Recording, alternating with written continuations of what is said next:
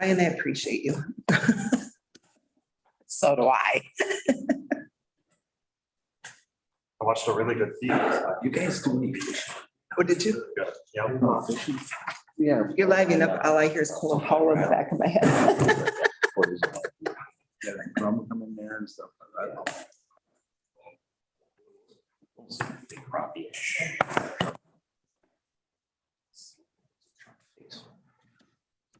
There's a shallow spot. Sand.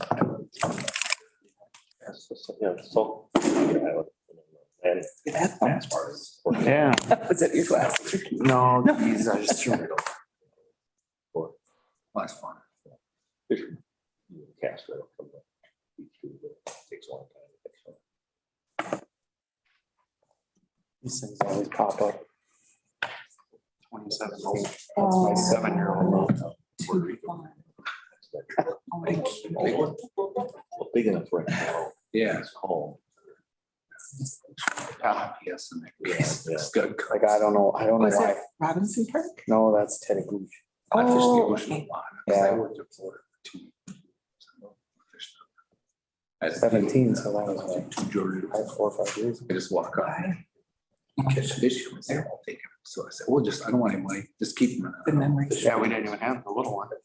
Then they sell the fish that they ate.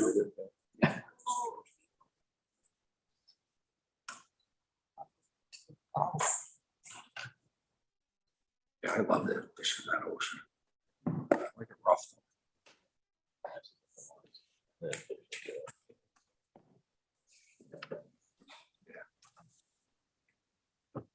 Yeah, I like fishing salmon. I used to go to the pier like 8 years in a row. I fish.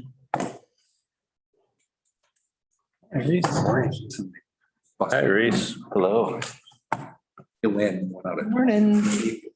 But it's fun. You know, I'm just kind of injured. It was an hour and 20 minutes. He stayed in the hole. I couldn't stop. I kind of give him a movement, rest. Okay. We've got everybody here, so we don't have to go through the thing about somebody being gone, but we do have the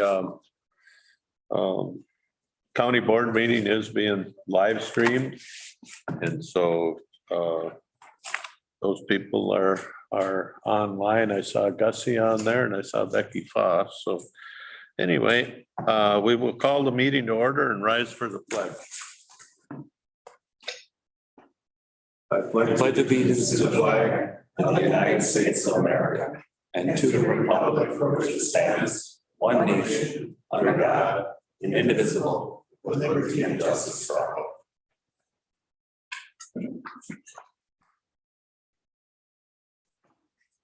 Okay, brings us up to public forum. Does anybody wish to speak at public forum? Sir? Anybody online wish to speak at public forum? Sure. I have something to say here, Steve, if that's. Okay, give me go just a ahead, second. Gussie. I haven't been at meetings last couple of times because I've had COVID, but so I'm catching up and I am seeing that there's a solid waste ordinance and I'm certainly hoping that that gets a lot of time at the board before it's ever brought to the public, because I just have visions of Dale Powers, you know where that is, and so do I. So I think there would be a lot of pushback on that. So just in advance, appreciate the time.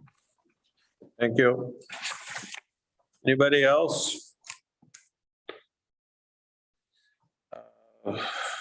We've got a couple of changes to the agenda. Oh, what did I do with my changes? Dave, you want to go over Sure. those? Mr. Chair, members of the board, we have some additions. If we could add to the consent agenda, consideration of resolution 2022-22, extending septic fix-up special assessments. And if we could add approval of or consideration of resolution 2022-25, approving the application for a premise permit for the Moose Lake Area Hockey Association to conduct lawful gambling. And then on the regular agenda, if we could add item 5.1, National Child Care Provider Appreciation Day, and item 5.2, National Foster Care Appreciation Month. And then item number 9, if we could add under Commissioner Updates, Insurance Committee. And under other, if we could consider adding a special meeting for June 28th at 10 a.m. for the purpose of discussing water quality. And I'm sure we'll come up with some other topics before then, and we'll make those known as well. And then we have one removal from the agenda. If we could remove from the consent agenda, item number 4, contract with Windermere Township to enforce criminal ordinance violations. Sheriff Nelson just requested some more time to work with the township on that. I'll make a motion to accept the agenda as amended. I can second. Thank you. We've got a motion by Lovegren, seconded by Waldham to approve the agenda as amended. Any discussion? If not, all in favor, say aye. Aye. Opposed? All right, we'll look for approval of the minutes of the April 5th county board meeting and summary for publication. So moved. Second. Got a motion by Ludwig, seconded by Moore. Any discussion? Not all in favor, say aye. Aye. Opposed, same sign. Approval of the minutes of April 12th special meeting, committee of the whole. I'll move. Go ahead. I'll second. You go. Got a motion by Moore, second by Lovegren to approve the April 12th committee of the whole minutes. Any discussion? Not all in favor, say aye. Opposed? And minutes, there are no reports and correspondence from staff, so we'll move on to the consent agenda. You've had that in front of you for a while. Remember, we did remove item number 4. I'll move it. I'll second it. Got a motion by Ludwig, seconded by Lovegren. Any discussion? If not, all in favor, say aye. Aye. Opposed? All right, thank you. Okay. County zoning ordinance amendment 2022-16, a public hearing. We're gonna have a presentation by Caleb. There he is. Hey, Caleb. Good morning.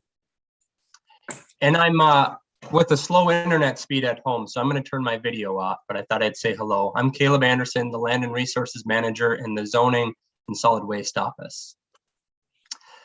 So we have an ordinance in front of you today. It was primarily put together because Pine Lake Township has decided they would like to have zoning administered by the county within that township. So this requires an amendment to our county zoning ordinance, primarily in section 1.4.4, in which we list the townships and cities where the ordinance is effective. Along with that, we've adopted a zoning map for the township of the various districts, and that has been included with your packet. There's a lot of agricultural land, but there's also yeah. So there's a number of areas that are zoned agricultural, but then some along the main highways, there's residential, rural residential zoning.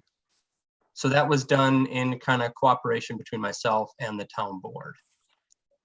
So, and then the other component of this ordinance is amending the county septic system ordinance.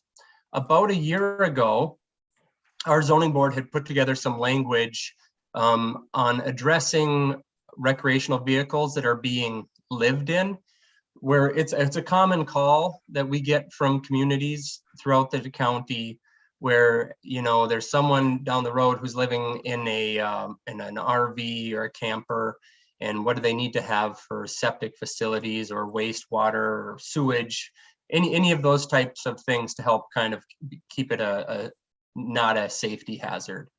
So currently our septic ordinance is silent on situations like that. So we had a draft about a year ago that the county board had some concerns for. So this has gone back to the zoning board. And I think the primary issue at that time was that the county board was not interested in a ordinance that would require any camper that's sitting out on somebody's property to have a septic system. And I think that was a shared interest of the zoning board as well, but maybe the language had some room for improvement. So this is a second attempt at kind of arriving at something that would satisfy all of our interests. So basically, you have to have some type of facilities for your camper if you're using it for more than semi-permanent or occasional use. One of the things a lot of times in these situations is they're receiving mail at the property, you know, and it's serving as their principal dwelling. But where that is much different than if someone just owns an RV that's back behind the house that's not really being used as a principal dwelling, that would not require any facilities. And then the third item on the ordinance, if it doesn't have current tabs but is being used as a principal dwelling, so maybe they aren't getting mail there, but clearly they're living there and it's not highway ready. That's kind of what we're after. And in those cases, it's not that someone would have to install a septic system, a full mound or anything. A compliant privy, something that has a tank under it or provided treatment, like on a sandy site, would be fine. Otherwise, the zoning board thought it would be okay to have a composting toilet or even a porta-john with a contract, so that people in these situations would have options. But also, so we have a tool where it is concerning and we're getting calls, so we have some type of means to work with that landowner to kind of make sure it's a safe situation. Any questions for me on that ordinance? Mr. Chair? Yes. I have one, Caleb. You know, I really appreciate Pine Lake wanting to be a part of the zoning. So thank you for that. I think that it's be good partnership. But to the recreational vehicles, I do have a concern. You have being used for more than one, or being used for more than occasional or semi-permanent. So how would you describe that, I guess? That is a great question. And the way some ordinances and other counties have dealt with that is, you know, if it's being inhabited for greater than X number of days over a 6-month period or something. But so to have it more measurable makes it more enforceable, but to have it more measurable also makes it hard to actually track. So to be honest, I think that is the weakest part of this ordinance, in that it's not measurable. And I think we would primarily look at items 2 and 3 on the ordinance, where they're receiving mail and they're using it as a principal dwelling. And that item number 1, if there was some evidence that, you know, arose that you could kind of use that as the basis, that's when we would use it, the first item. So the answer is it depends. It's a weaker provision in the ordinance, but it might come in handy where in a unique situation. So I think that it's too weak, and that it's going to be opening people up for having somebody come after them down the road for something that, you know, there's 2 different visions on. Semi-permanent use, I can understand that, but, you know, my understanding of occasional and your understanding of occasional is going to be 2 different stories. That's fair. I think what we were trying, I'm not on the zoning board, but I think when I was here before, we were trying to figure out, you know, there's a lot of people that live in a camper Right. as they're building their house. Yeah. And most of us that have done that have figured out how to get rid of our sewage in a safe manner other than letting it run down the hill. And so whether or not that's, you have your own little buggy to take to dump, or if you have one of the pumpers stop by every couple weeks, ours can go about 2 weeks is about our limit, and we got to do something. So I understand that. I think it's a hard call, but and when people pull an old camper in and now they're living there, that's their house. They don't pull it out. And how do we manage that? Right. And that's what they're trying to get at. So, and Sure. Yeah. go ahead. Yeah, so, yeah, I'm part of, there's considerable discussion just about this. So the language ended up, we don't want to be the point where we're not gonna go look for a violation. It's to make it work so you have the least intrusion where grandpa and grandma have grandkids come up for a weekend or something and they stay there for room or for fun. That's not an issue. They run in the house when they want to, I'll ring. So the main sticking point is if there's water connected, then it's gonna be more permanent. So that's the main part of that. And so if people hook up water to their camper, and that could be temporary too, but so that's why you go to some. So in the end, it was kind of, and I think there has to be some discretion, they're not gonna go out there and say, oh, we got you now. It's just, you want to create that window where, okay, we get it, that's no problem. But if someone's living in it for months at a time, then it becomes an issue. And I think it's pretty easy for them to get through that if they get a complaint, because it's usually gonna be complaint driven. Otherwise, who's gonna know? Right. So they'll have witnesses saying, that these people have been going in and out, the mail comes here, or whatever, that makes a difference too. So sometimes it's nice to be vague. Yeah, it is. Sometimes it is nice to be vague, but sometimes that just creates neighborhood issues too. Sure, but it's a step, right? So if it doesn't seem to be working, the board will come back with an amendment or correction or something, more time to think about it. But at least it's a step in a direction that everybody can live with, I think. Mhm. I guess the other thing I would just add is that the calls that we do get on these are the ones that someone's living in these campers. We're not getting complaints about someone building a house and staying in a camper. So I guess, or someone using it just kind of as a guest bedroom for when their family members come. Those aren't the complaints that we receive. It's really kind of where someone truly is living in it and there are no sewage facilities at all. So. Yeah, it's the only structure on a property. Mhm. Yeah. When you see those all over the place, I understand the reason for this. Yeah, but it's 2 weeks of deer season and it's a privy, you're good to go. Yeah. That's what we talked about a lot too. So it's like, I don't know. I'm trying to help you get where we were, and. No, I appreciate it. Thank you. Yeah. I got a question if I can, Mr. Chair. Caleb, under B, you refer to Article 4.06.01A. Where would I find that at? Because I just quickly looked it up. And I just put in, it comes up state of Minnesota, US. It's our county ordinance. It's county, okay. Well, it's in this ordinance itself. This is a tag on to 4.06.01. So. That comes up brush control guidelines, 4.06.01. No, it's right above it. So if you do not meet those, or if you meet the criterion 4.06.01A, that's the section right above it.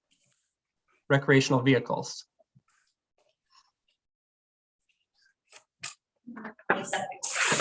So it's in the concept of ours.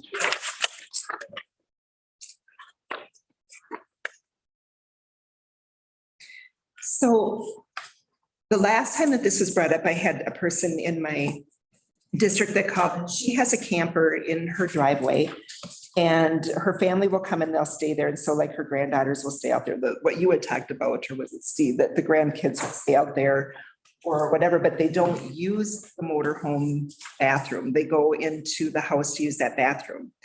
But it's used quite occasionally because they come a lot to visit grandma. So is that going to be an issue down the road, or is that something that's going to be bypassed? I mean, that's where my concern is that if somebody comes up and there's somebody that stays out there quite a bit because they're there with grandma, but they run in and out of the house a lot, that they would be affected by this. Understood. So that would not meet 4.06.01A items 2 or 3 because they have a principal dwelling on the property, right? Okay. And then would it meet 4.06.01A1? I think not. And I think then we would not split hairs on is that occasional or not. And we wouldn't get those aren't calls that we've received in complaints on this issue. So I wouldn't foresee getting the phone call. And if we did, I guess I would, to me, that would sound like occasional use. And I would have a hard time disproving that it wasn't. Okay. Yeah, Josh. Well, it'd be two, like, we've used it on our property, and then you got them little holding tanks that you can dump the camper into, Mhm. and then wheel it over to your septic and dump it into that. Right. So I think that's kind of what you're going after, right, Caleb, is if you have something on the property, yeah, so then it won't matter. So Whether or not you so use it. if somebody did issue a complaint, because ours is sitting out there all the time, and Right. We have somebody one could too. issue a complaint that my brother or somebody's living there. But if you have a system that you can say, well, I got that little blue thing and we empty it in here, we drag it over there to the septic tank and dump it in there, you can't argue with that. That's allowable. Yeah.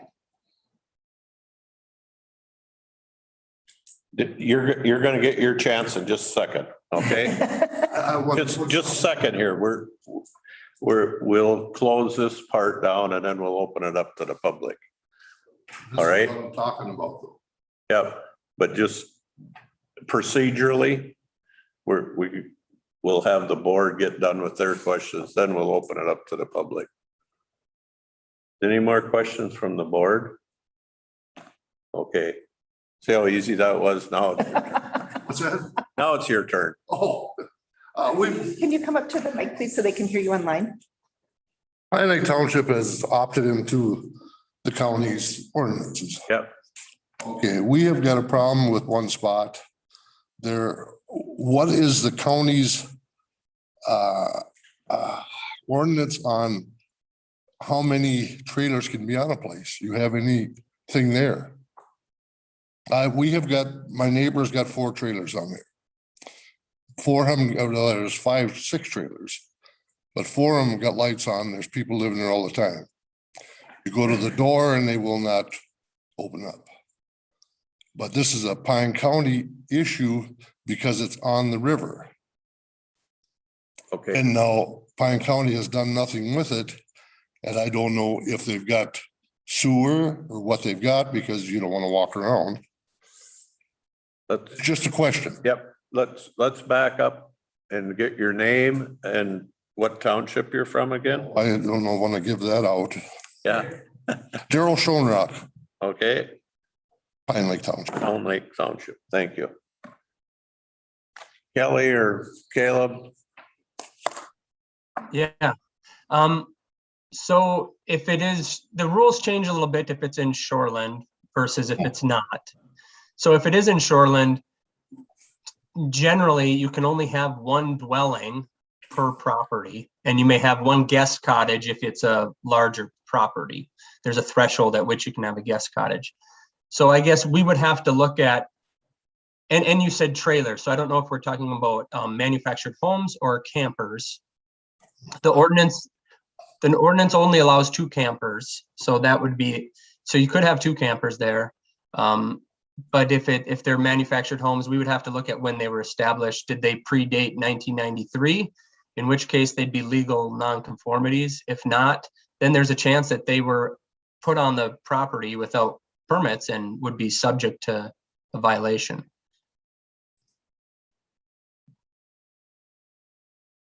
One was an old trailer house, was put in there many years ago. What year it is, I have no idea.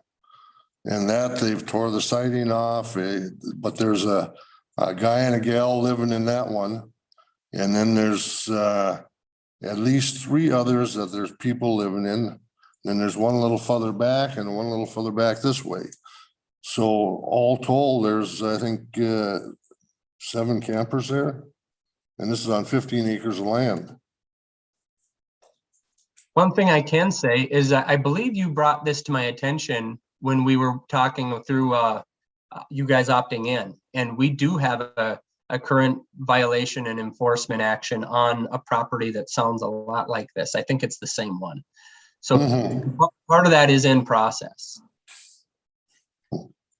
And I'd be happy to chat with you more about that. It's just that Pine County should have had jurisdiction over that when we went in with rivers and lakes. Shoreline. Right, shorelands. Shoreline. And it sounds like they are in the process that is in litigation right now. Okay. But like I said, I mean, or maybe I didn't say it, but if we don't know about it, we can't do anything. So you brought it to my attention. So that kind of allowed us to do something. Okay. So we always like hearing from townships if there's issues that we should be aware of.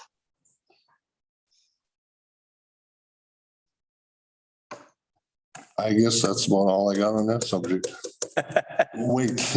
Okay, thank you. Anybody else might be dialed in, got anything to say from the public's point of view? I have something, Steve. Yep. This is Gussie. I do think that licensing might be the way to go with some of this. I know Caleb did mention the license. If it's not licensed, if it is licensed, if you require a license, they can go to town and dump. So, and I don't see that on there on the list of Porta-John, valid pumping contract, receipts of pumping. So, if they were to take it to town, and that's what I would do, I would drive it into town. So licensing may be where you need to go with some of that. Thank you. Thank you. Anybody else? And we'll come back to the county board. Anybody else got any words of wisdom? I just want to say I really appreciate the answers and the discussion on this. Thank you. Yeah, I had something. I guess I would just, for the gentleman that at the time took the time to come in and it's a concern, I would just recommend, yeah, if you're down here today, reach out and hopefully you can take the time, and Caleb can, to just follow up as long as you're down here. Just I think make sure you're talking about the same property and. Caleb's well aware of Okay. what we're talking about. Yeah. Okay. I think they're on the same page. Good. Good deal. Definition is a little hairy or gray or whatever you want to call it, and Yeah. I thought this was the time to. You are absolutely right. Just to clarify, talking about the same property. Yep. Here we are. Oh, great. The hard part is you can call in and make the complaint, but it always has to take so much longer because we have to follow the proper steps to do it. Otherwise it doesn't do any good. Getting me off. I want it now. That's the problem. Any other words from the board? If not, we would consider adoption of the ordinance, amending Pine County zoning ordinance. I will, what are we gonna move? 2022-16. Resolution for Pine County zoning ordinance. I'll second. Motion by Moore, or motion by Ludwig, seconded by Moore, to approve the ordinance 22-16. One last chance for discussion. If not, all in favor, say aye. Aye. Opposed? That carries. Thank you, Caleb. Facilities Committee report. That one.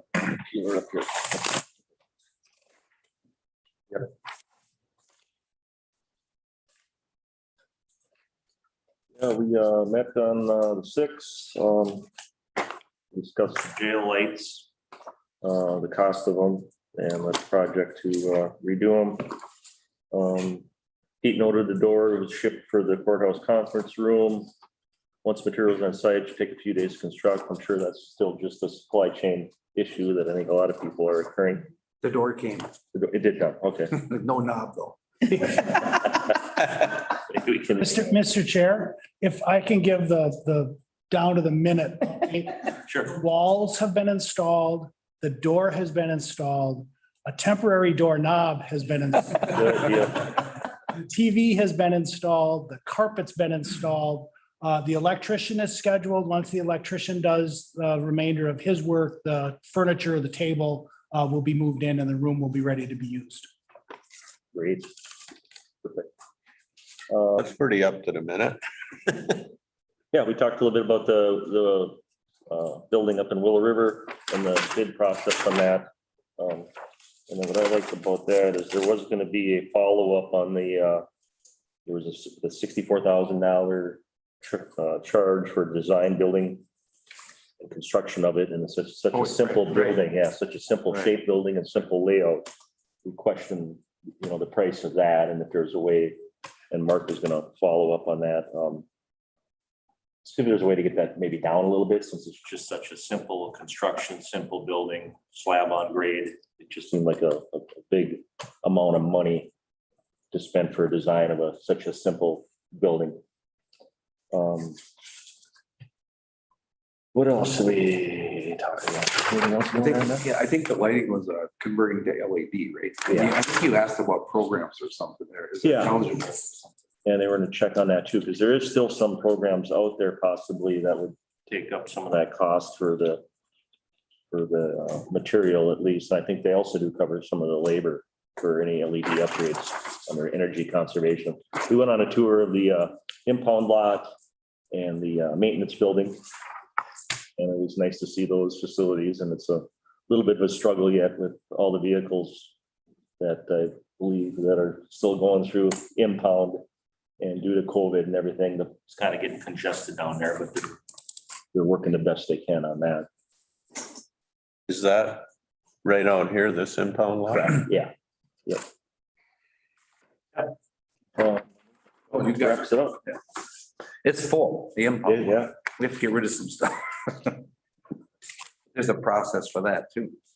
Yeah, I understand that. You just can't have an auction and clean it out.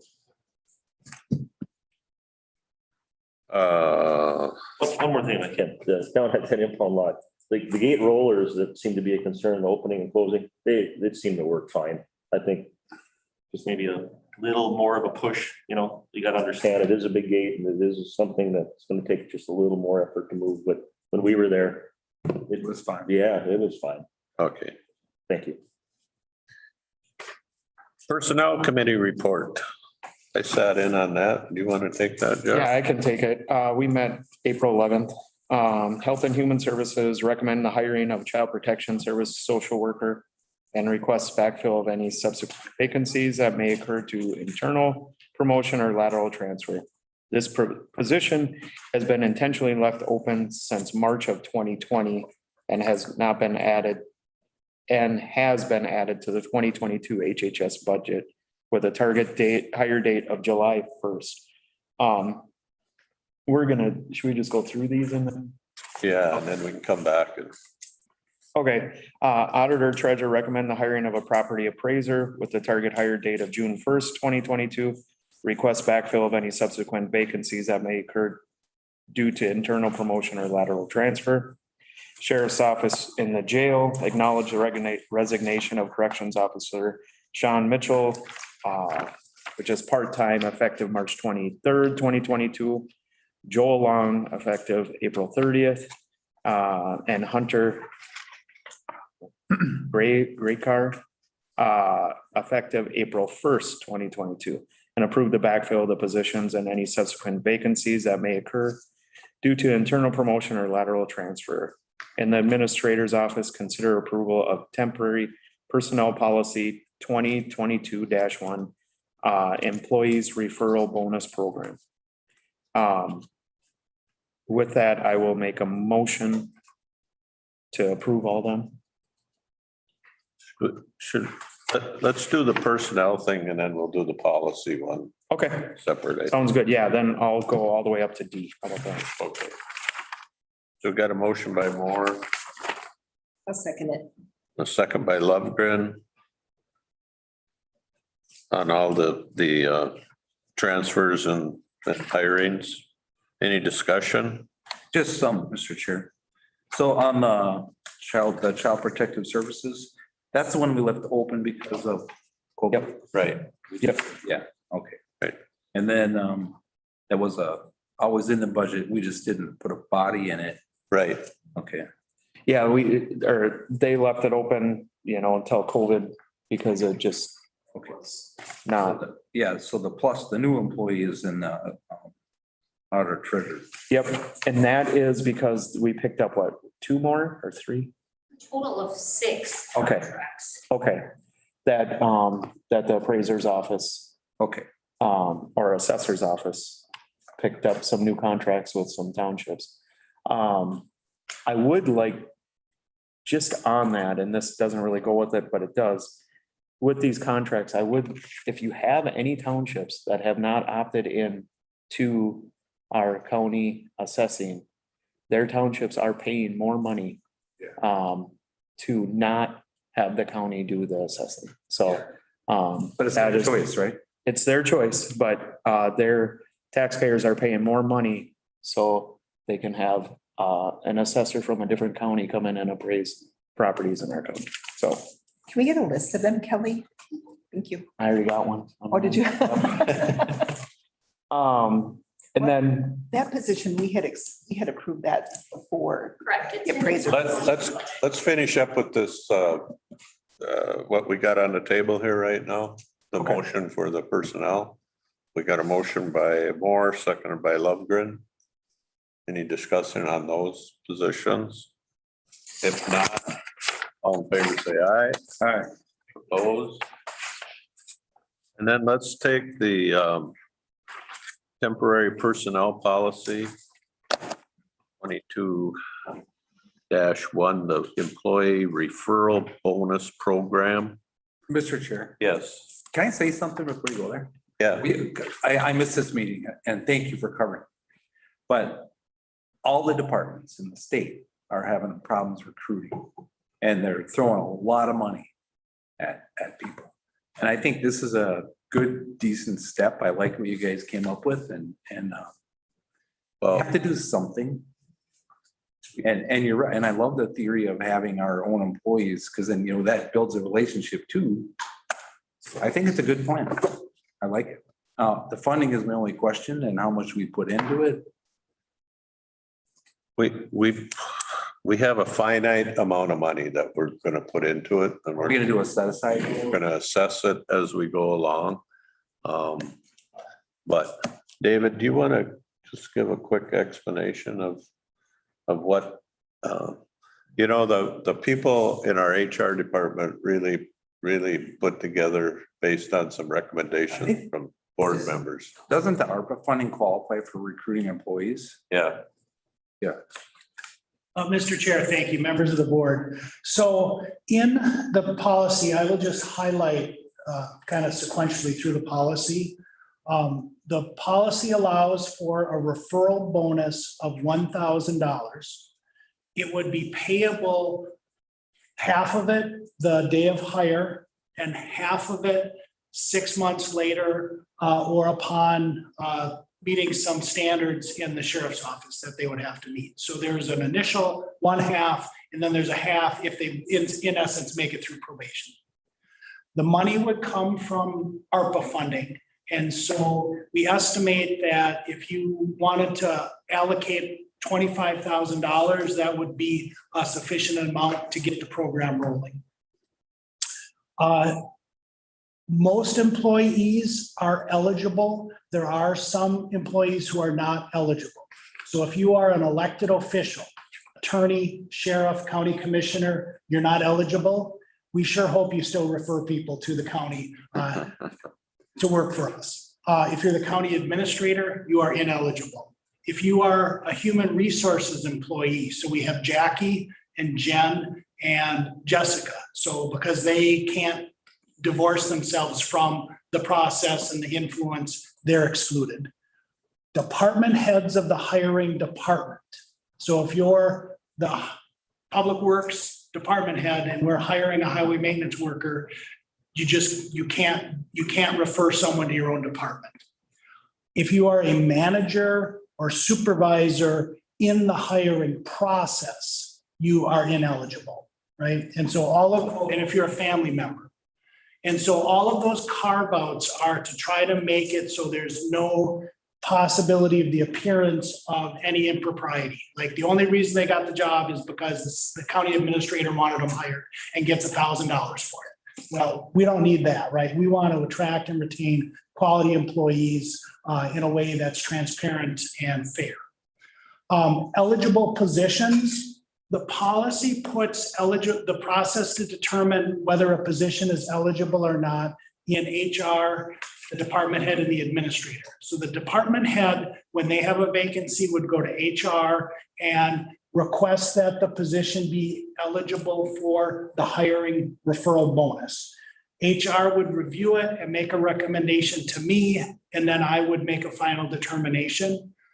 My sense is, given the difficulty of recruiting most positions, that virtually all full-time positions would be eligible, right? And some positions we don't hire very often, so we don't have a history of being hard to fill. But if we had to fill a highway tech or an IT tech position, we know those are hard positions to fill just in the market. And so my sense is that I would probably, as long as the department head and HR wanted it and had some basis to make it a designated hard to fill, that I would probably agree with that.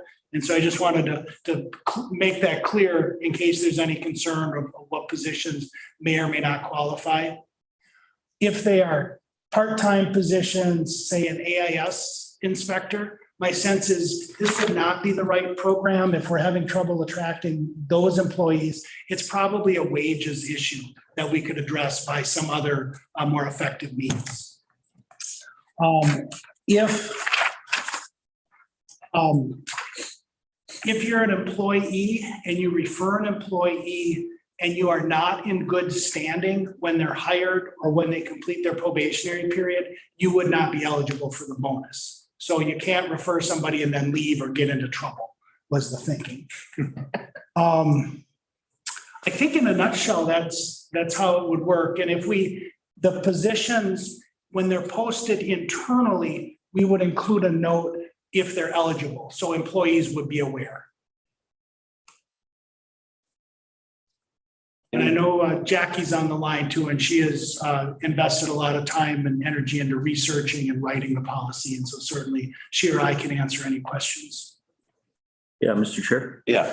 Yeah, and I guess Dave, why I'm a no on this is from just like what you said, you would hope that the people that are not eligible would still bring good candidates in. And as a person that hires and has employed, does employ people, that's the reason I would be no, because if you know of a good candidate and it's a great place to work, naturally, why wouldn't you just tell them to come in here? And then some of them that are not eligible, that's the reason you're saying you hope they do not bring somebody in. So that's just the reason I don't agree with that policy.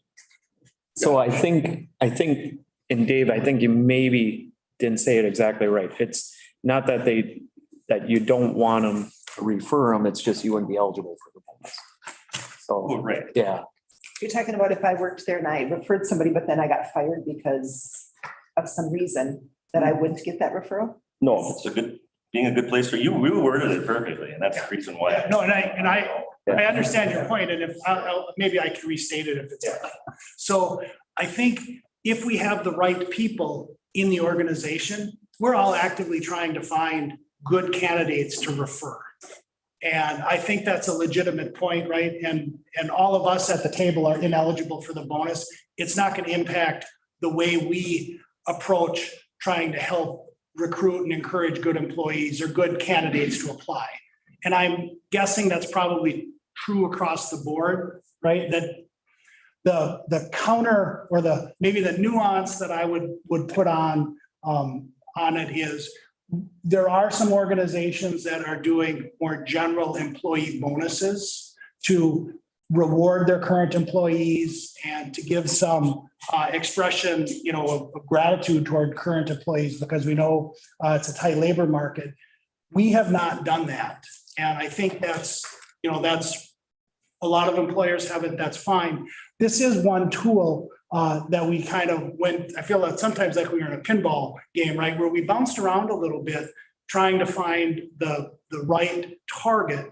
And this was what I think became, in essence, in some ways, a compromise to say, we do have good employees. This is one way that if they do accomplish a task that benefits the county, we could reward them. I think I like a lot of this. We used to be called the Pine County. If I worked there, if I was a boss, I would hire my friends or my relatives, and that's who got the jobs all the time. So I think having it so that if I'm one of the bosses, I can't get that reimbursement. I think that that's a good thing because then I'm not gonna, you bring in your favorite people or your buddies or whatever, and this way it helps to get the employees that aren't just being hired because they know somebody type of thing. I think there was a lot of good time put into this. I think I like it too. I think it's I don't think, I would still recommend working at Pine County to anybody. Right. I think it's a good place. I don't expect that I should get a bonus for that. But I think our workers, if they recommend somebody, they should be in this market till the market changes. I think we've kind of set aside $25,000, which is about 25 employees. If we could spend every nickel of that, and as we get close to the end of running out of money, reassess where we're at. Maybe the job market will change a lot by then. But I see Rod is sitting there.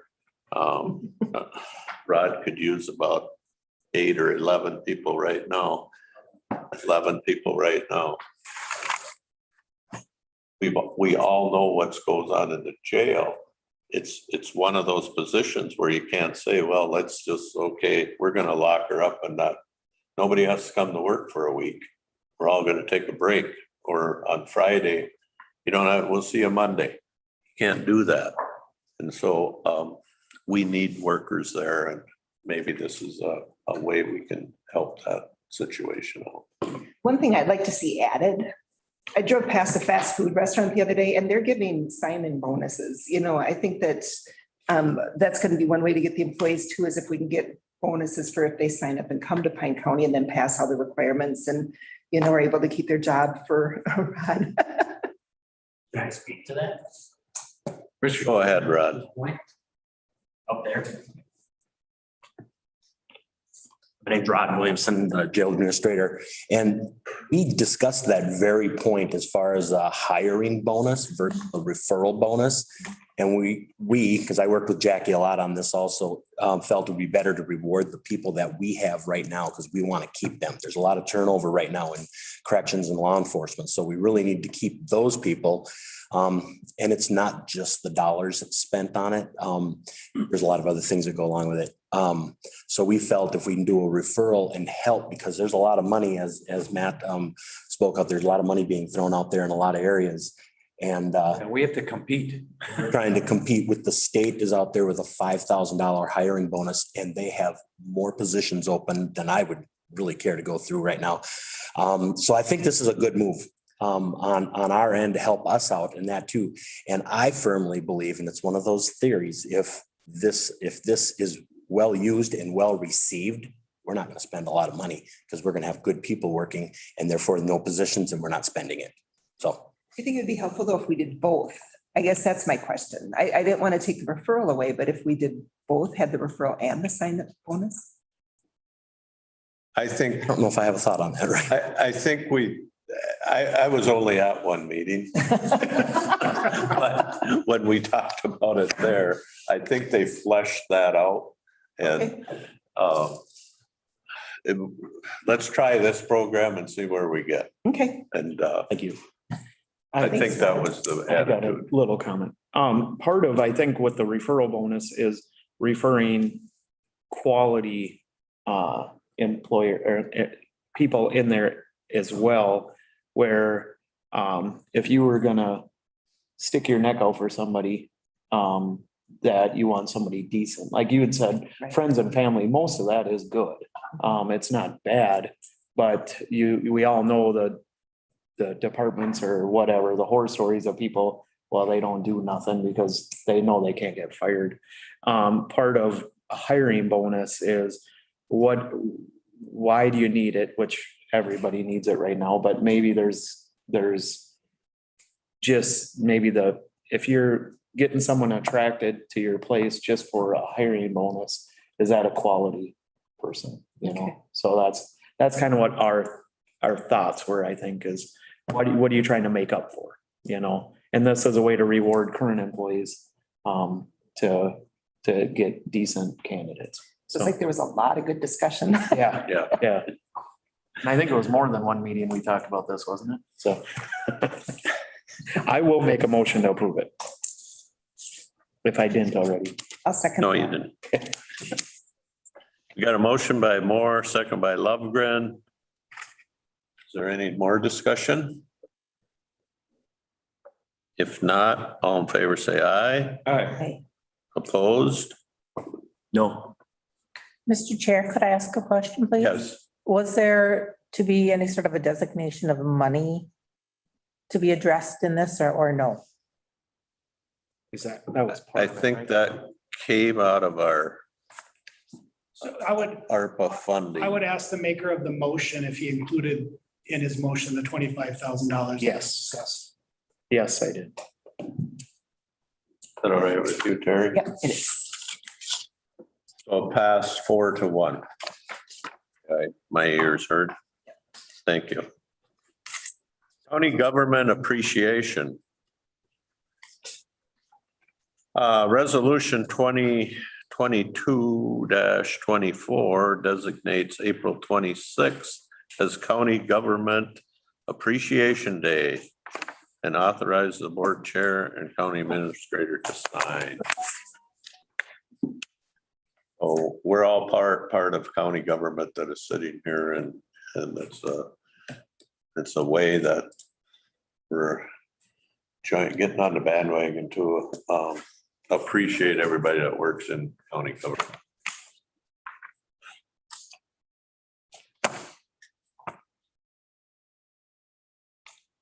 So we need a motion. Yes. I'll make a motion to approve resolution 2022-24. I'll second. A motion made by Moore, second by Waldham. Any discussion? All in favor, say aye. Aye. Opposed? And then we've got some things like National Correction Officers Week. Rod, you gonna take that one? Let's keep it short. Yeah. So, Mr. Chair, members of the board, my name is Rod Williamson again, jail administrator for Pine County Sheriff's Office. We're presenting today a request to recognize National Corrections Officer Week. To recognize the resolution, for National Corrections Officer Week, acknowledging 2022-23. But before acknowledging the resolution, I'd like to share a little background into the daily life of the corrections officer and why we take time out for this special recognition. On May 5th, 1984, President Ronald Reagan signed into order Corrections Week Proclamation 5187, recognizing the hard work and oftentimes unrecognized responsibilities of the corrections officer. Citizens generally understand the need for law enforcement in our communities. Deputies patrol our streets to protect and to serve. And when crimes are committed, they make arrests and criminals go to jail. The arrests make news headlines and deputies are recognized for their heroic actions, and our community feels safe with the criminals off the street. but law enforcement and protecting our community does not stop there. In fact, the arrest is only the tip of the iceberg and is a collective effort in protecting our community. Our Pine County Corrections Officers are very large and a vital piece to protecting our community. Most people are unaware of what is involved in housing inmates in our county jail and the responsibilities of a corrections officer as they keep our communities safe from the inside. Corrections officers have a dangerous but a rewarding job. Officers oversee men and women who have been arrested and are awaiting arraignment or trial, or who have already been convicted of a crime and are sentenced to serve a year or less in the county jail. Corrections officers are sometimes referred to as glorified babysitters by the community and are oftentimes less respected as members of law enforcement. In fact, the corrections officer is a highly trained professional skilled in first aid, CPR, AED use of force, tactics, taser, chemical irritant, use of restraints, interpersonal communications, direct supervision, report writing, emergency policies and procedures, and more importantly, suicide prevention and crisis intervention skills. That's in today's world, they're existing almost daily, considering the vast uptick in mentally ill individuals landing in our county jail. Corrections officer is a special person who must be able to respond to a medical situation at a moment's notice. They must be able to respond immediately to a fellow officer's call for aid in a unit of up to 60 inmates, armed with nothing more than their intellect and the behavior management skills learned and practiced every day. Corrections officers must be able to handle inmates twice their size and half their age. If an inmate attacks an officer either verbally or physically and the officer does not react, the officer is viewed a coward. If the officer protects themselves against great bodily harm, the officer is sometimes viewed a bully. At any time during the course of a shift, the corrections officer may be exposed to human feces, being spit on, bloodborne pathogens, airborne diseases, and yet remain cool and calm. Corrections officers are unable to work from the safety of their home, manage inmates, and hold meetings via computer monitors. Instead, they put on their badge, their duty gear, including a mask nowadays, and report for duty within the confines of the facility, committed to providing for the safety and security of everyone inside and the community they serve. The correctional officer must be the emergency medical caregiver, the tough guy, the counselor, good listener, social worker, educator, protector, and diplomat. With all the obstacles and challenges and the hidden risks a corrections officer must face, the men and women of Pine County Jail wear their uniform proudly, protecting and serving our communities from the inside. I'd like to end with just the insightful words from President Ronald Reagan from Proclamation 5187. And consider that this was written 38 years ago, but it still holds very true today in our ever-changing environment in the corrections officer world. President Reagan states, historically, corrections officers have been viewed as guards, occupying isolated and misunderstood positions in prisons and jails. In recent years, the duties of these officers have become increasingly complex and demanding. They are called upon to fill simultaneously custodial, supervisory, and counseling roles. The professionalism, dedication, and courage exhibited by these officers throughout the performance of these demanding and often conflicting roles deserve our utmost respect. The important work of corrections officers often does not receive the recognition from the public it deserves. It is appreciated. It is appropriate that we honor the many contributions and accomplishments of these men and women who are a vital component of the field of corrections. I'm Ronald Reagan, May 5th, 1984. So I believe before you have the recognition of the corrections officers and the employees of Pine County Resolution 2022-23. Tried to keep that short. That's why I read it. Thanks, Rod. Go ahead. Yeah, I second. All in favor? No, they do a lot. They do a lot lot. of respect. We do appreciate them, Ron. So Lovegren made the motion. Actually, Matt did. Matt made the motion JJ seconded it. and JJ seconded. Okay. Any discussion? If not, As I said, thanks to Rod for your, what you read there today. That was good. And going so far back to 1984, it's still true today. Thank you. we do forget about those people. I mean, I try not to, but we're reminded every once in a while of something that goes on. And so give them a big high five when you get back. All in favor, say aye. Aye. Opposed?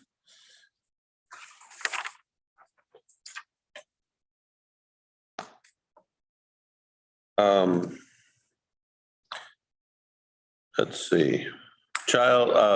Becky Foss, are you gonna do the child care provider? I sure am. All right.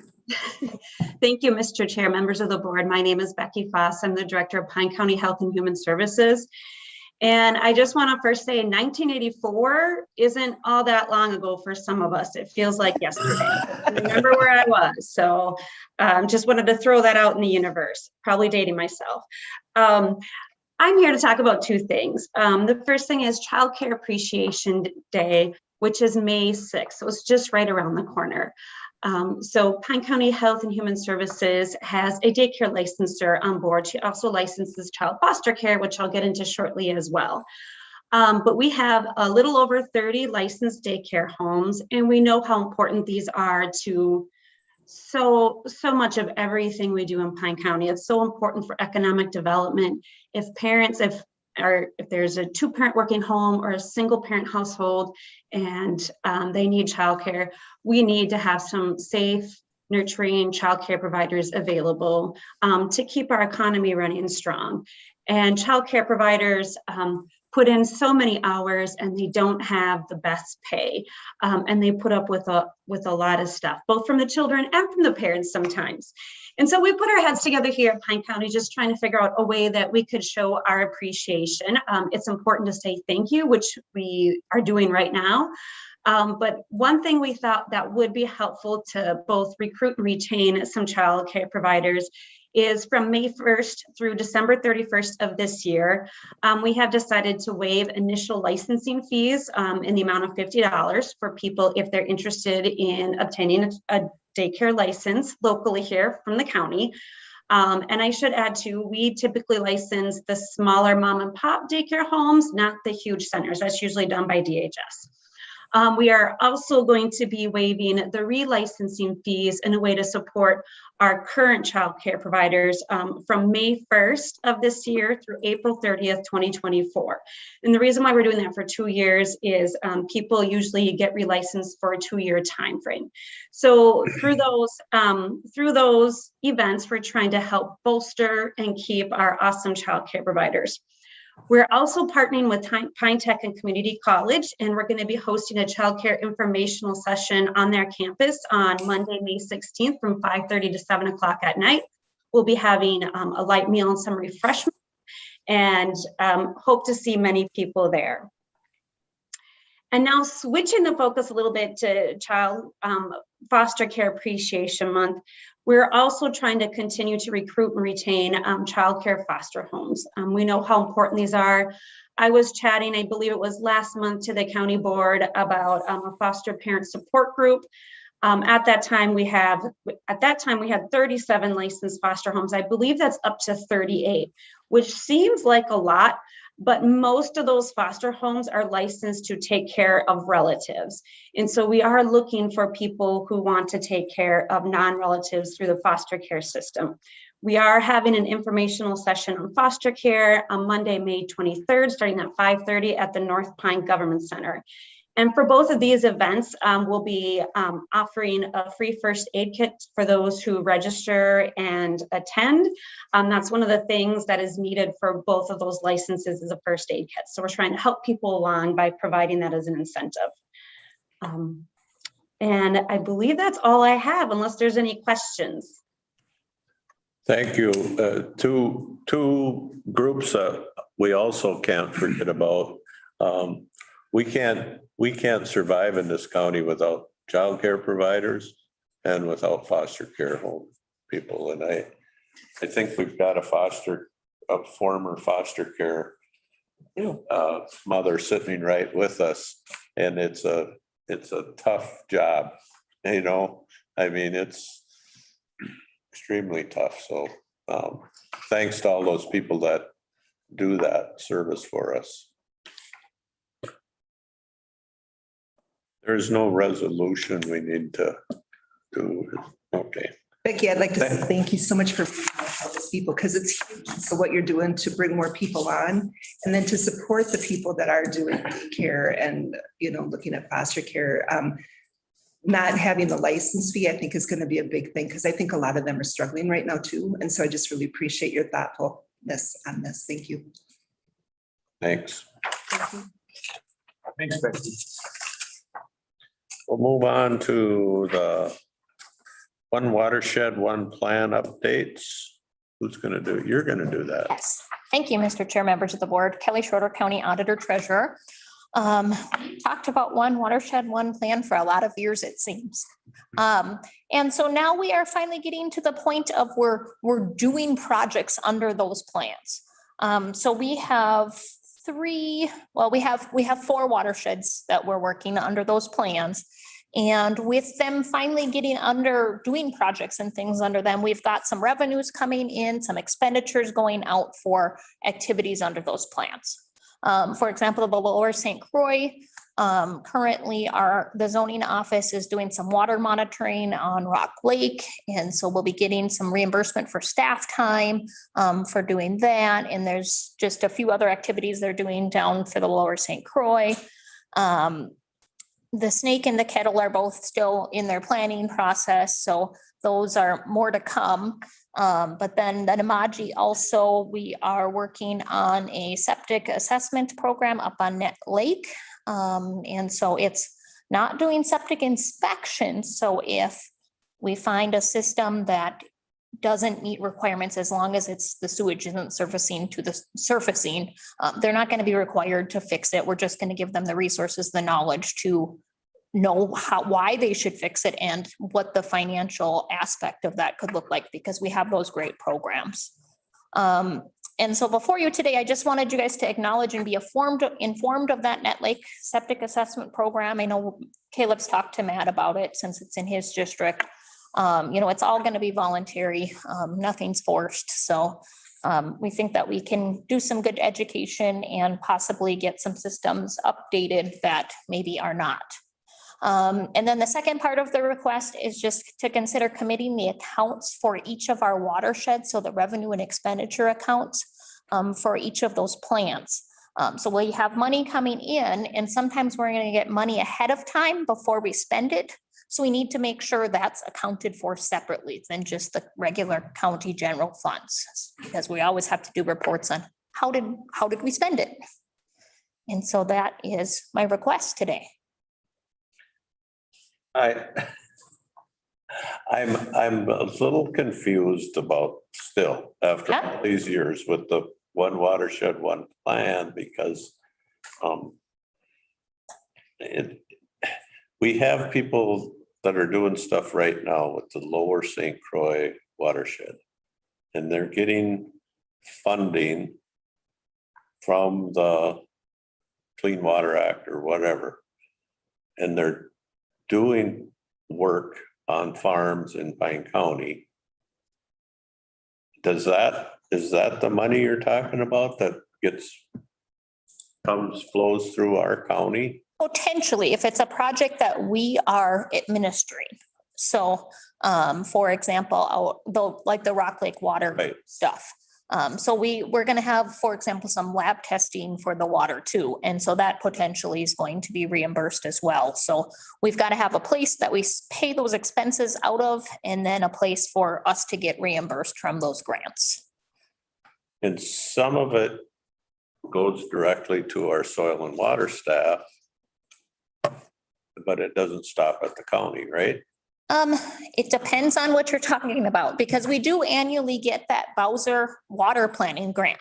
Right. And we have elected to send that over to the soil and water office.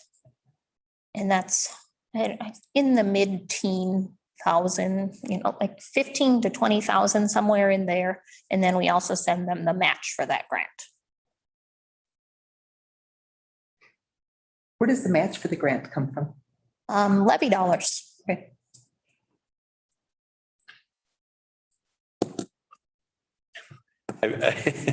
I just, we got soil and water that still does what they do. And then we've got these 4 watersheds that cover every square inch of our entire county.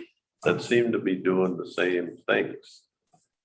Right. And I'm a little interested to see as more of these One Watershed, One plans, get up and running, are those Bowser block grants that we get every year going to go away?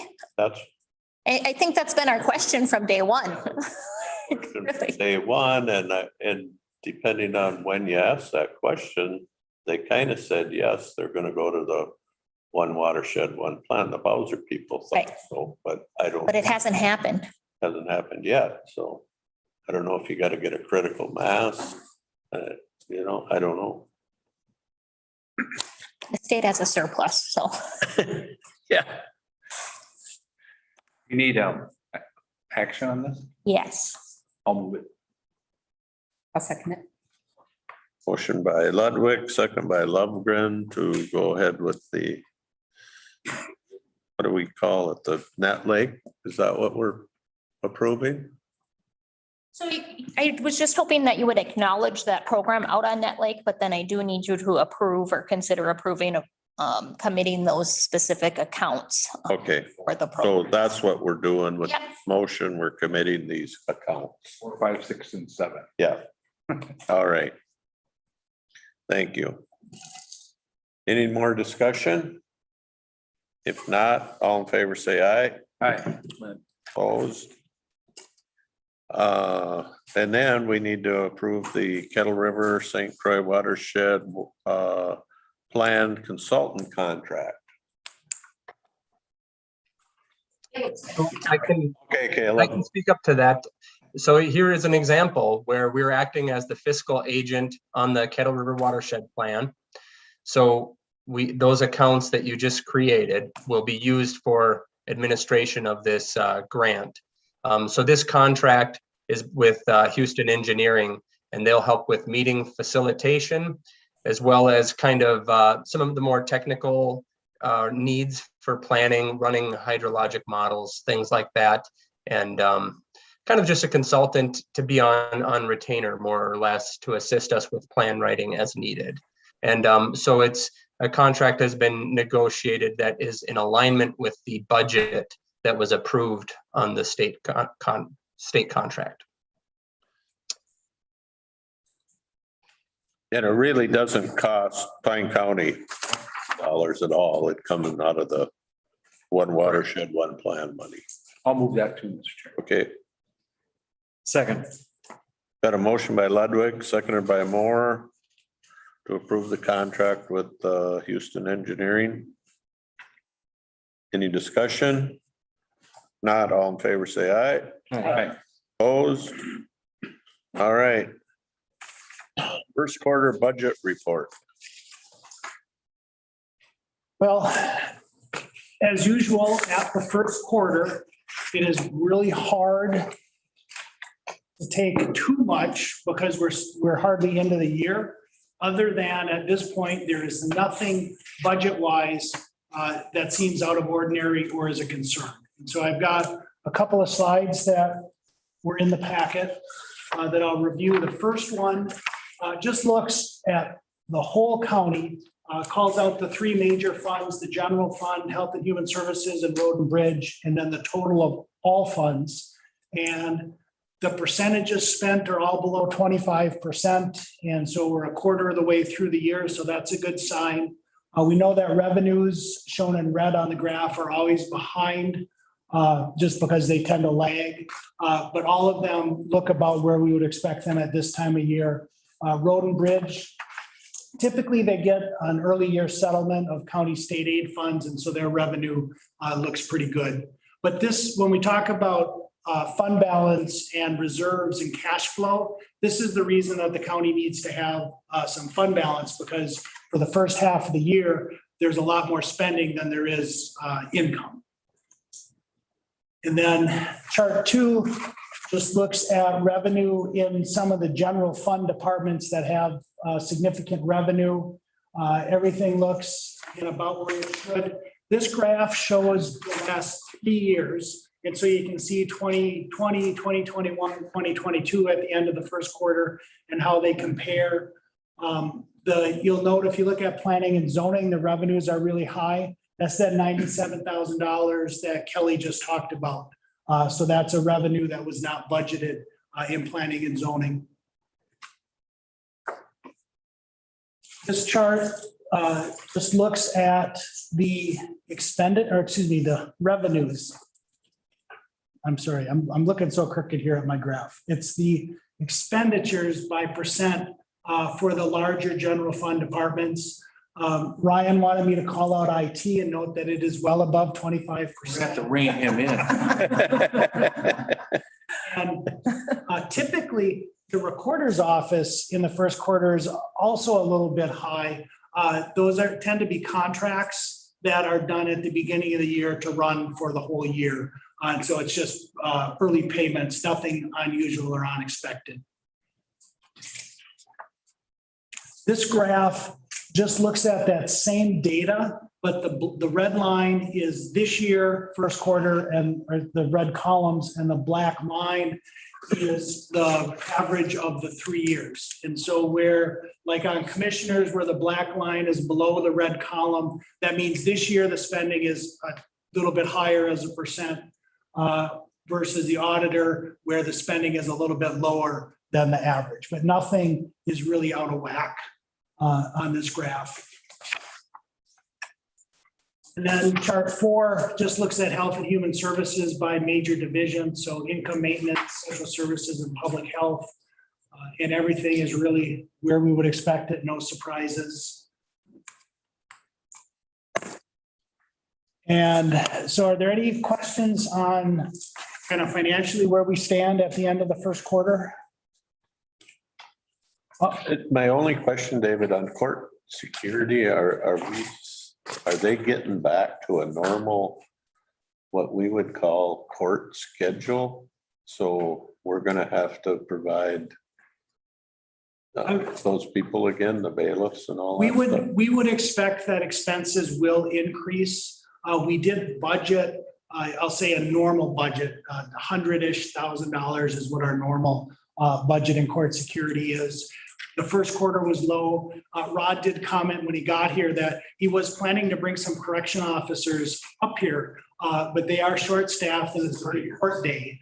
And so there was nobody who could get away to come up. But I think it does speak to the idea that courts are in person and more active. And so I would expect the next 3 quarters, we would be normal by the end of the year. That tracking, Reese, with what you're seeing? It is, yeah.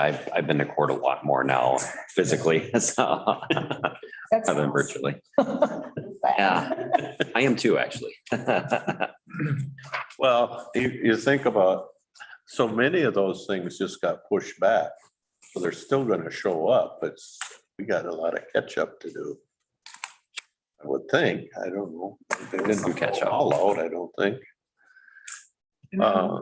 Also in your packet was just 1 page on the strategic plan goal updates.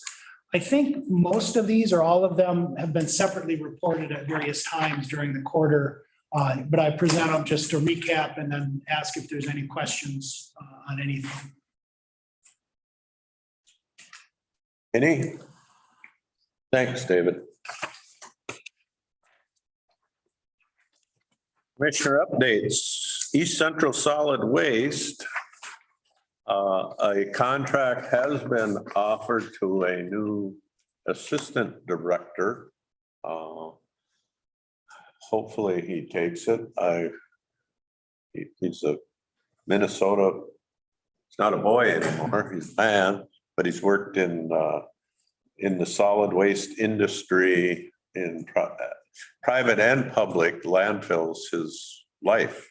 He goes, I'm one of those weirdos that thought, this is what I want to do. Who once wakes up when they're 20 years old and says, I want to be a solid waste operator?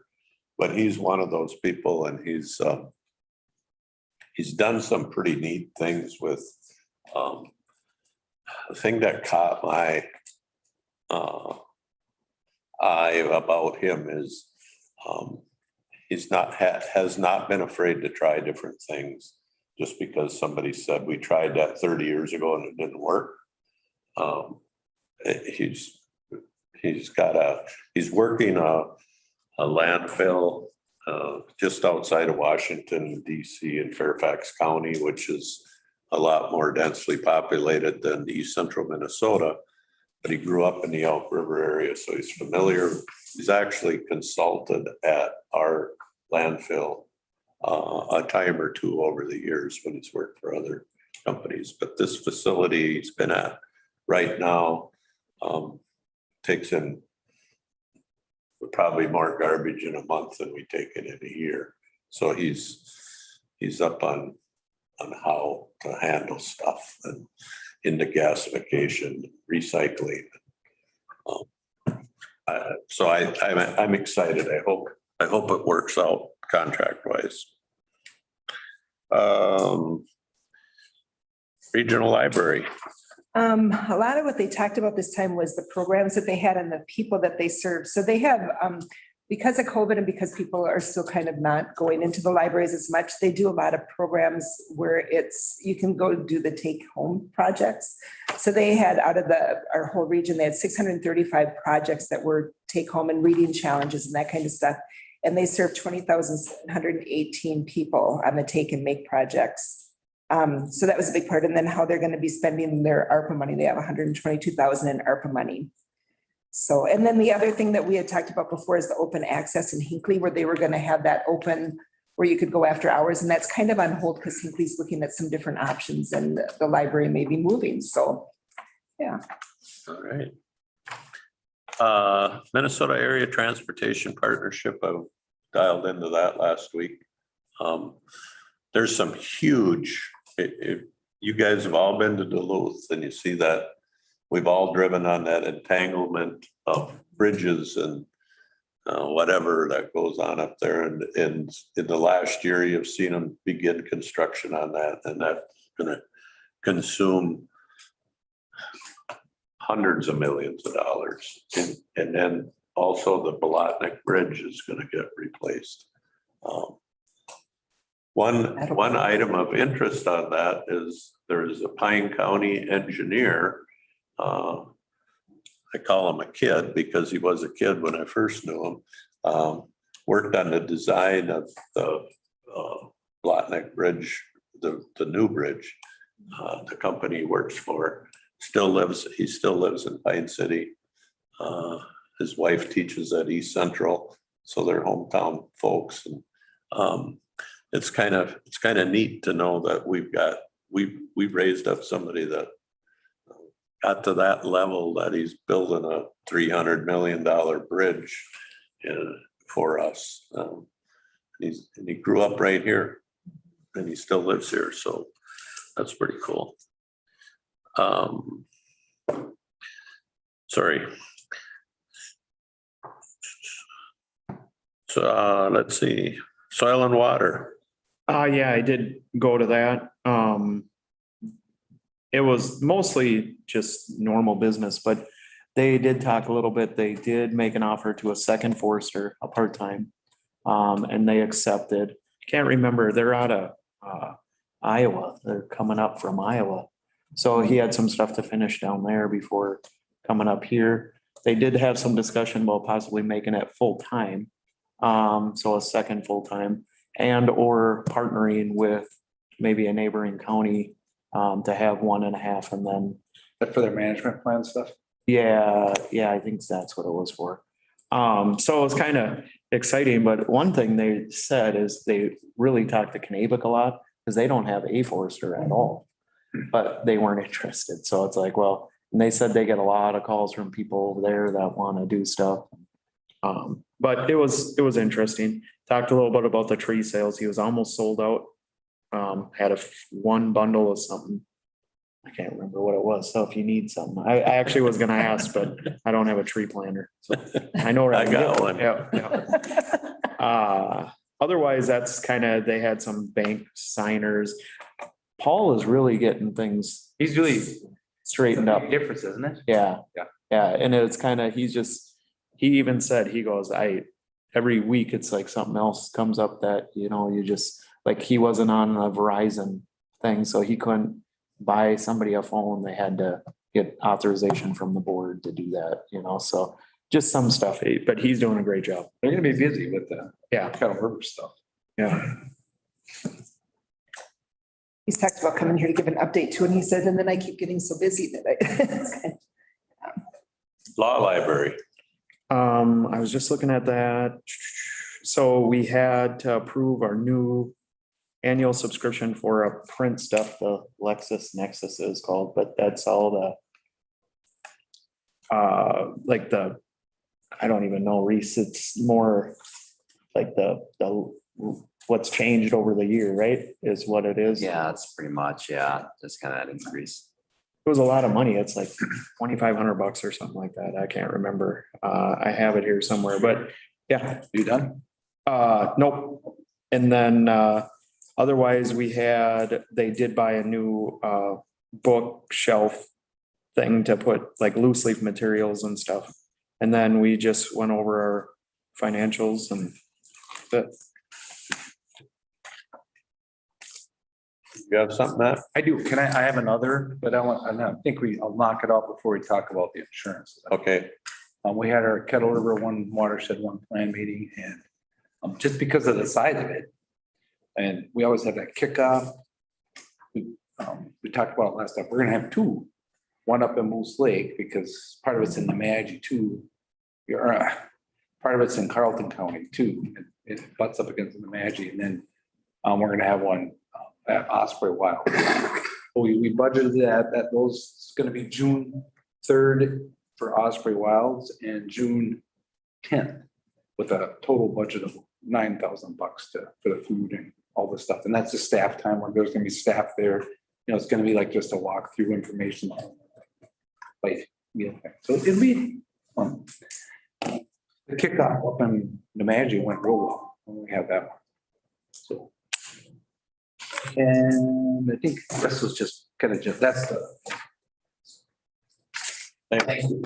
Yep. Insurance committee. That? Insurance. Oh, you want to start, Jerry? Yeah. Okay, That's a lot. actually, it was really interesting. Our reserves are down 2%. We're 2% light from the expected. However, we were told not to be concerned.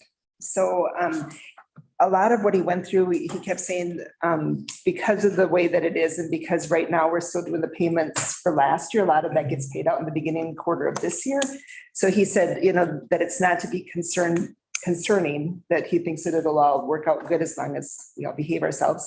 But one of the things that we found is we have a hard time with optical here. People will go to Walmart or they'll go to Pine Eye is the majority of our employees go there. And Pine Eye has been working really hard with United Healthcare to get it so that our employees can go there. However, United Healthcare hasn't worked as well with them. And so what we found out, or what Justin found out, was that there is a program called Spectrum that we should have had all along. And then if we would have had Spectrum, it wouldn't have been an issue for Pine Eye people. So that's something that we're going to get ongoing, so that'll take care of that problem. Walmart is still going to be a problem because the optometrist can choose and pick who he wants to utilize for insurances, and they have not taken that one on. So, but at least we'll get it fixed for Pine Eye, and they've got the eye doctors that they can handle the big. So is that Right there was, yeah, it was. that They Spectrum, we had Navigard in place as an intro you could go through, but Spectrum's been here the whole time. And they've never, ever But presented. they've never even thought about it, which would have solved a lot of issues. so are they in your United here? Healthcare was just being difficult Yes. so that's all it was. And they're a big national organization. And we're kind of used to, Blue Cross Blue Shield kind of more centered around here and When they're more user-friendly. more user friendly and pay attention. So how do they work with United Healthcare? Because we pay United Healthcare, How does who work with United Healthcare? Spectrum. Mr. Chair, I think I can answer your question. Okay, United Healthcare has a medical network and a vision or optical network. Yeah. Pine Eye is not in their medical network.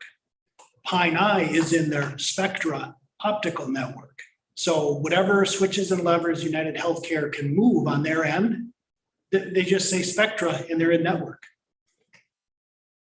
It's goofy. Well, who So didn't figure that out for a year? They're not playing that nice. one of the interesting comments that they said was dealing with United Healthcare is like dealing with a third grader, where we're used to dealing with adults.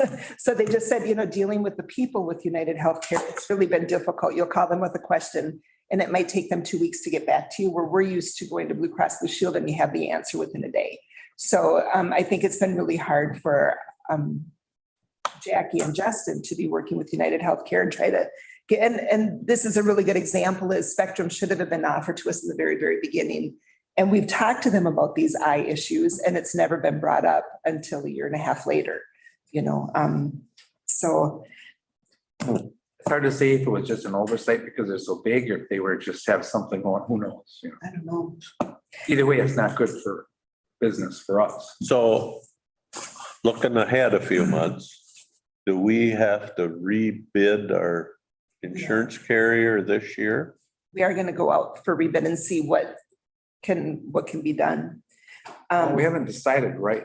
I think that it was to go do some checking to see, and then we'll decide in June. I think that's gonna be a decision we're gonna have to sit down and decide if we stick with them one more year and kind of get, so we're in better shape to make a move, with whoever. But there's a lot more to cover. We're not done. Yeah. So another big thing is we have VIBA accounts right now. So you've got your VIBAs, you've got your HSA, and you've got FSA. And what's the name of that company that we have? Further. So we go through Further. So Further is Further sold to, or they're giving, I think they sold to WEX. So everything was going to go to WEX, where they would handle, because Further won't be doing VIBA anymore. So we were going to go to WEX, but then Justin came back and he said that there is a company called MedSurity, which is local. They're out of Minnetonka, and the gentleman that started MedSurity is the one that was in on the beginning of Further. So he knows how it all works, and he knows, the investments and everything that goes with it. So we're looking at going to MedSurity, which would be happening sometime probably in September.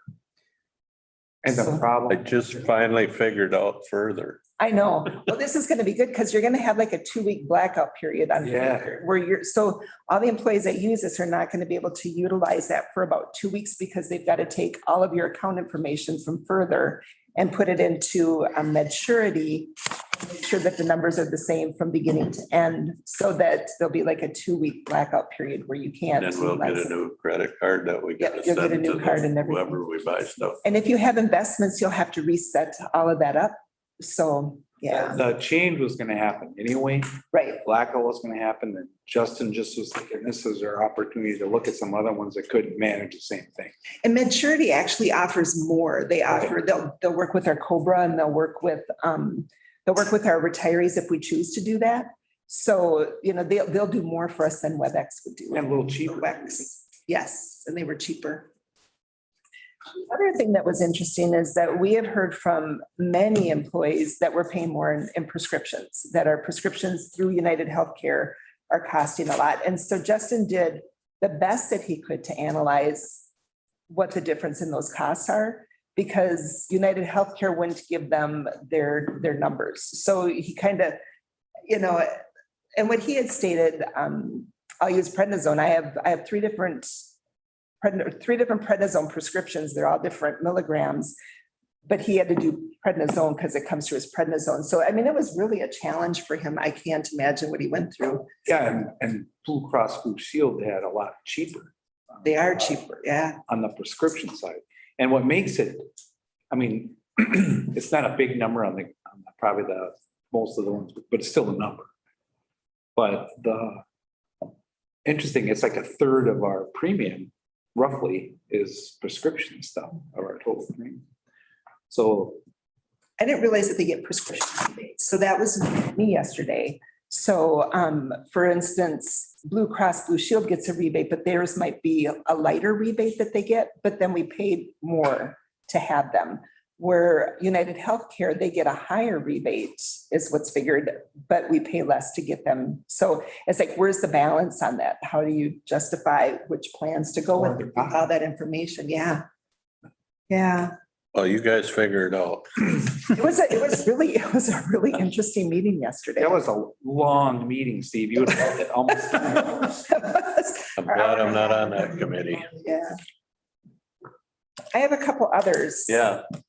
So I've been sitting in on the NACO TNT meetings, and one of them is the federal government has found that China's taking over our innovation and that we need to strengthen our technology and manufacturing. So they're going to have some grants coming out to help us so that we can utilize and start more of our manufacturing, our technology, and bringing that more to the US and not going so far outside. One of the things that they had said was that China, where did I put that one? China just did they did a $15 billion to grow their technology. We're not going to be that high. What? Oh. So anyways, if you know of people who are looking at starting businesses or whatever, it's a good time to do that because we'll have grants that are going to be coming up. We've done 2 billion or 200 billion is authorized, 45 billion through Senate and 52 billion through the semiconductors. So that I thought was interesting. And then sitting through the cyber policy, the next generation 911, there's zero movement yet, but they're expecting that to be a big one. And I'm not sure where Pine County is with that one. So that'll be interesting. We're in pretty good shape, according to 911 Ryan. with the next generation 911. Yes. Okay. Okay. We've been following that through that Northeast Oh, good. group that I belong to. You know, I do have to say that sitting in on these meetings and stuff, it's always exciting because they can say, you have to do this. And I'll say, yep, we've got that, you know, and so Ryan, you are very good at staying up on that. There's also affordable connectivity, which they're using RDOF money. So I didn't realize we're eligible to get money back for our broadband because Jerry's on Social Security. So it pays to get old and also disabled. So, you know, if there's people that are having a hard time paying their internet bills, you do have some different options where you can get some affordable connectivity, but we have to work with our providers to make sure that they cover that. And then I also had a SHAC meeting. But that was just kind of same old, same old.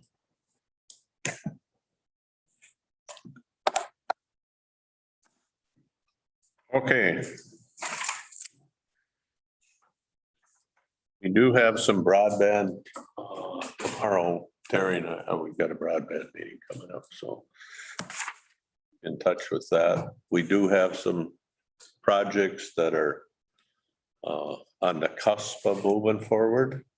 Got some grant money, but there's quite a bit of lag time between the time when Congressman Stauber's office calls up David and says, you've got the award, to when they can, SCI can actually start work.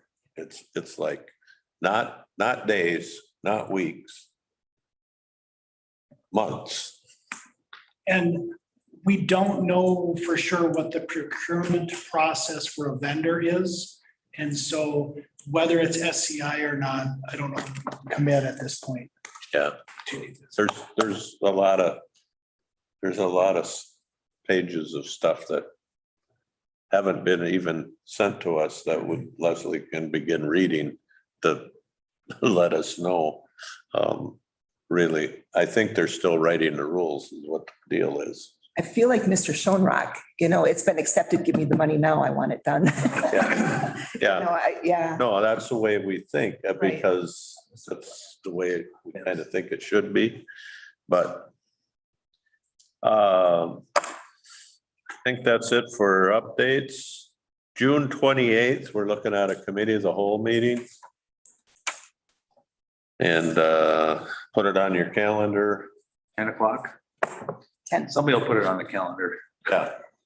Make sure it gets on our calendar. It is. Anything else?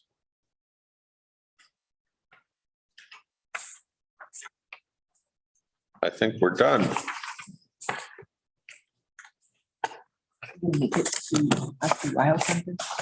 Okay, we'll officially declare the meeting adjourned. Thank you, everybody. Let's see. Are you going? Yeah. Okay.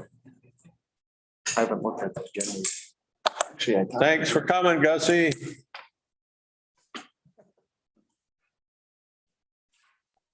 Have a good week, everyone.